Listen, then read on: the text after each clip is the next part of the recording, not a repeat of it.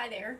I'm just going to do a quick video and I'm going to finally clone my clones. So something that's interesting that I learned from my botanist buddy is that when you clone clones like this, you're weakening the genetics. So this clone here is my little bonsai one. So it's genetically weaker than the mum it came off of. And now I'm going to clone that and take clippings off of it. And those are going to be genetically weaker than this one, and then much weaker than the mum that it came off of.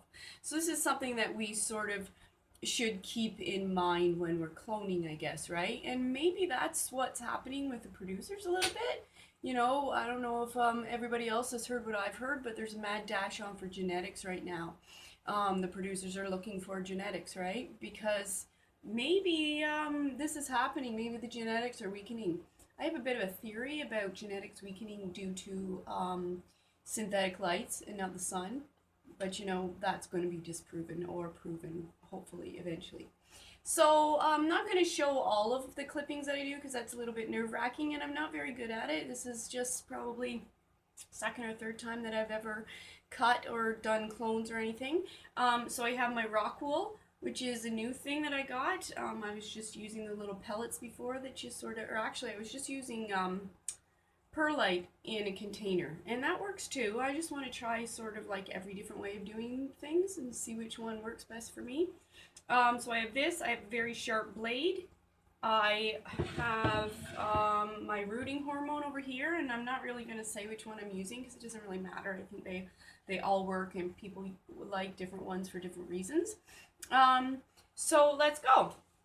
All right, so I have my rock wool in a little bit of water, and the reason for that, another pro tip from my botanist friend, Vasily, is that when you cut the clone off, you want to put it in water immediately, because if you don't do that, there could get an air embolism up inside and then it won't grow. Now, I only ever heard air embolisms on Grey's Anatomy, but apparently it happens with plants too. So when you immediately cut it, you're going to put it right in the water there so that you can keep the stem sealed and so no air gets up inside there. So let's try that. So very sharp blade. Oh, and this always kind of, I don't know, it makes me think I'm doing wrong when I do this, but I'm going to do it anyways. Okay, so I'm going to go down a couple of nodes, maybe to right here, and then try to be as quick as you can. Just like that, on a bit of an angle. Then immediately in the water. Probably should have done that quicker, but you know, this is a learning moment, a teachable moment here. So there, it's right in there.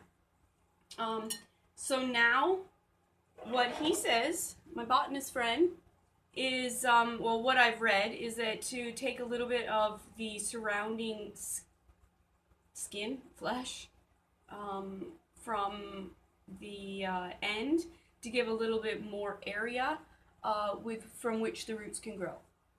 So once again, I'm going to cut underneath the water. I'm going to cut one more time on an angle. Immediately dip it briefly into this rooting hormone. And briefly, because what happened the last time wasn't really good. So I read shortly after that that people, if you put too much rooting hormone on, it's almost going to burn the plant and it's not going to grow.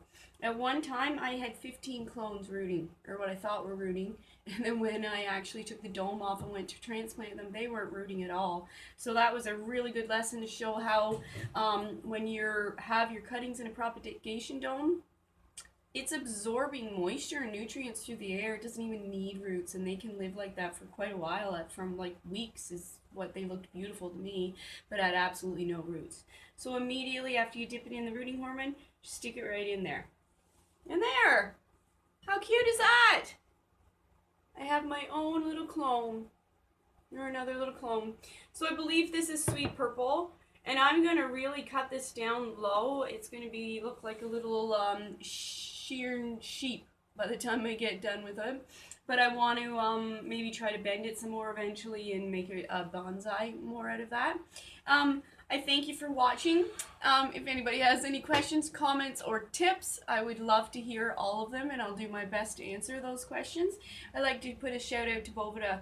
Thank you for encouraging me and for, letting me do this. And I've learned so much. I went to actual school for many, many years of my life. I don't think I learned as much in those 15 years as I've learned in the last couple of months doing this.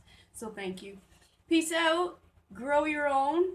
Get legal. I can help. Other people can help as well. But grow your own, right? Whatever they can do, we can do better. Cheers.